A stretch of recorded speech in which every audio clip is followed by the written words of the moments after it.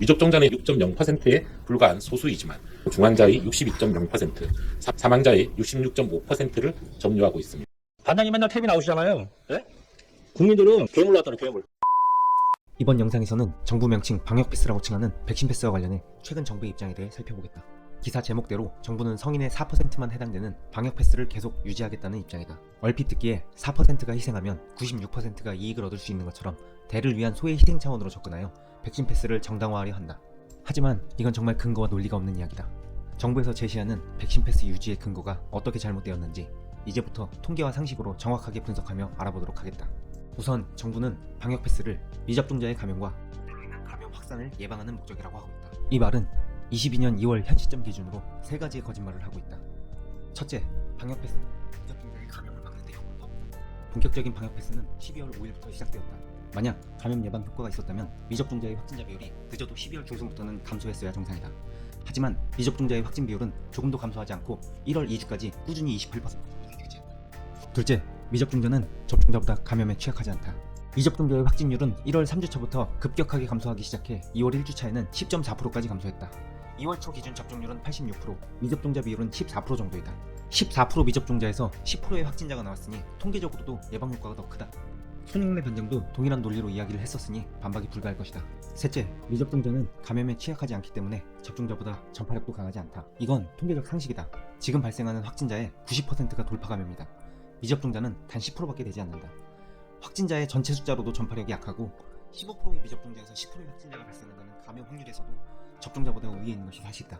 다음으로 정부는 지난 8주간 위중증 사망자의 60% 이상이 미접종자라고 이야기하며 미접종자는 중증화율이 높기 때문에 보호 대상이라는 논리를 펼치고 있다.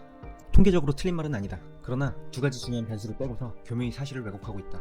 첫째, 연령이다. 정부에서 근거로 삼은 지난 8주간 사망자 현황을 주 단위로 확인해보자. 12월 4주, 5주, 1월 1주, 2주, 3주, 4주, 2월 1주, 2주 8주간 사망자 통계를 표로 정리하면 이렇다. 8주간 60대 이상이 사망자의 93.5%, 40, 50대가 5.8%, 30대 이하가 0.7%. 이 데이터를 보면 접종 유무가 중요한지 연령이 더 중요한지 알 수 있다. 둘째, 기저질환이다. 지난 영상에서 보았던 사망자의 기저질환 현황을 다시 살펴보자. 사망자의 대다수는 기저질환을 가지고 있다. 물론 이렇게 매주 90% 전후에 기저질환 사망자 통계도 나온다.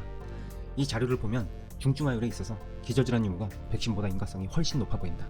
이제 질문을 하나 하겠다. 당신이 중증질환 환자라면 아무런 걱정 없이 백신 접종을 바로 할 수 있을까? 아니라고 답하는 게 상식적일 것이다. 바로 여기에서 질병청의 미접종자 관련 통계에 논리적 구멍이 발생한다. 정부는 독립 변수를 오로지 백신 접종률로만 판단하고 접종률이 올라가면 종속 변수인 중증화율과 사망률이 무조건 감소한다고 가정한다.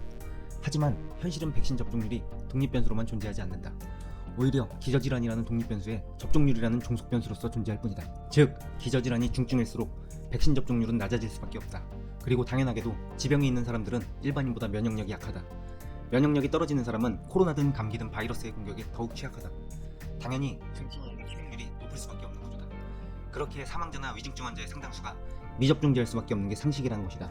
짧게 정리하면 정부는 접종률로 희망회로를 돌리지만 기저질환이 심할수록 미접종자일 수밖에 없는 게 상식이고, 팩트는 연령과 기저질환이 높을수록 중증화와 사망률이 증가한다는 것이다. 백신을 안 맞아서 중증 사망으로 가는 게 아니라 기저질환이 심한 사람들이 백신 접종을 못한다고 해석해야 맞는 거다.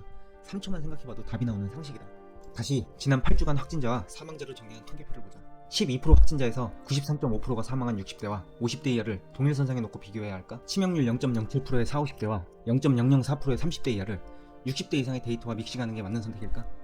이래도 판단이 서지 않는다면 마지막으로 다음 표를 보자. 18세 이상 전 연령은 접종률이 모두 95% 전후로 동일한데 사망자의 93.5%는 60대 이상이다.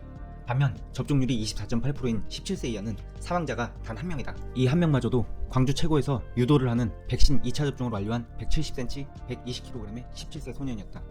이 학생이 아직까지 10대에서 발생한 첫 코로나 사망자이고 말이다. 과연 50대 이하의 미접종자들이 60대 이상의 통계에 물타기를 당해서 전체주의적 방역 패스의 희생양이 되어야 할 만큼 고위험군으로 취급받아야 할 이유를 모르겠다. 속내가 무엇이든 간에 이미 질병관리청은 과학과 상식이 아니라 백신교라는 신앙적 믿음의 영역에 들어선 것으로 보인다. 그리고 우리가 과연 이런 몰상식한 관료들에게 보호를 받아야 하는 대상인지도 물음표가 그려진다.